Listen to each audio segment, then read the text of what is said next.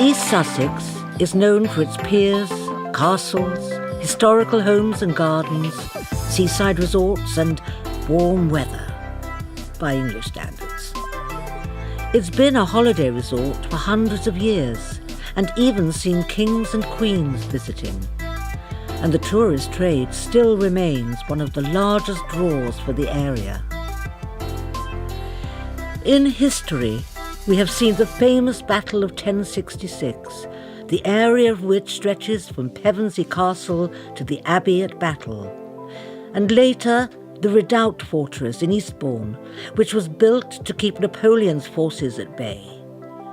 All along the coast are the remains of the smuggling trade, with most of the taverns still being run to this day. East Sussex is brimming with history, and people come from miles to view these historic sites. But a new sight is emerging on the streets, which brings with it many questions to be answered. Homelessness. In this film, we ask the question, is homelessness growing in East Sussex? What needs to be done about it? With the cost of temporary accommodation for a room costing sometimes 3 times the amount of a 2-bedroom flat, can we afford it? Is this issue just for a minority, or is this something that could affect anyone? We ask the rough sleepers themselves what it is like living on the streets. And if you become homeless, where should you go to get help? Also, we will be hearing some new ideas from people trying to help the situation. And at the end of this programme, we will give you the main contact numbers for the people responsible for helping the homeless.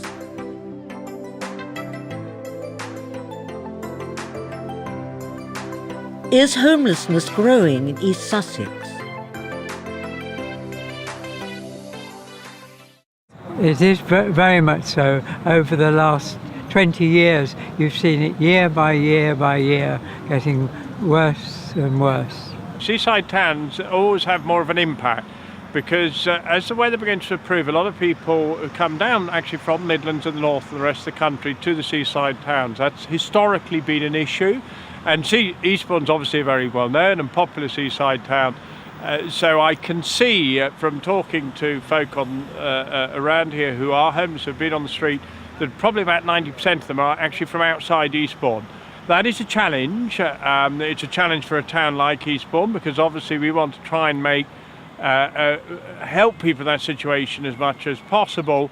But it can lead to problems because you can get spikes. And at the minute, I would say the figures definitely are going up.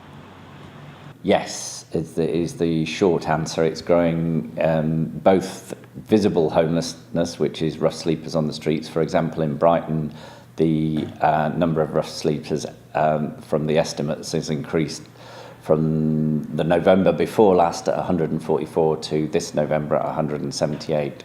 And many people feel it's more than that.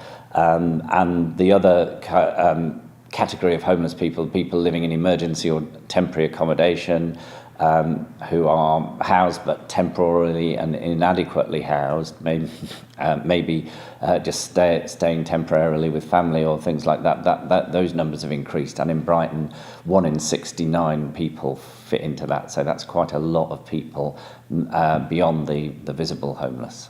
Do you know something? When I grew up in a rich town, Tunbridge Wells, and the rich part of it, the Pantiles.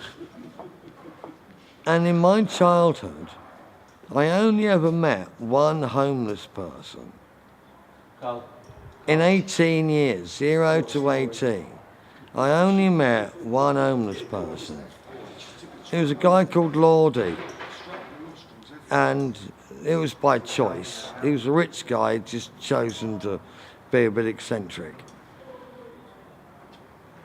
Since I've been homeless, I've seen the homeless population grow and grow and grow and grow.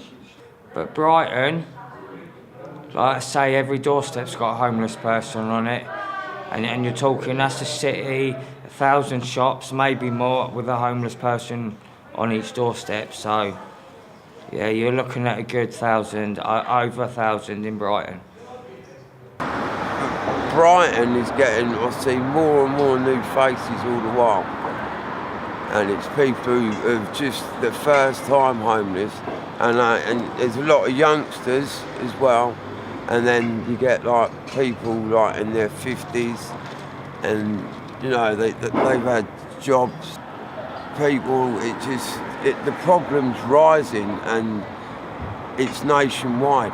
But Brighton seems to have like more of a problem with it because, say like in Bournemouth for instance, the homeless people there, someone's just left Brighton, has gone to Bournemouth. The homeless people in Bournemouth say, oh, what's it like in Brighton?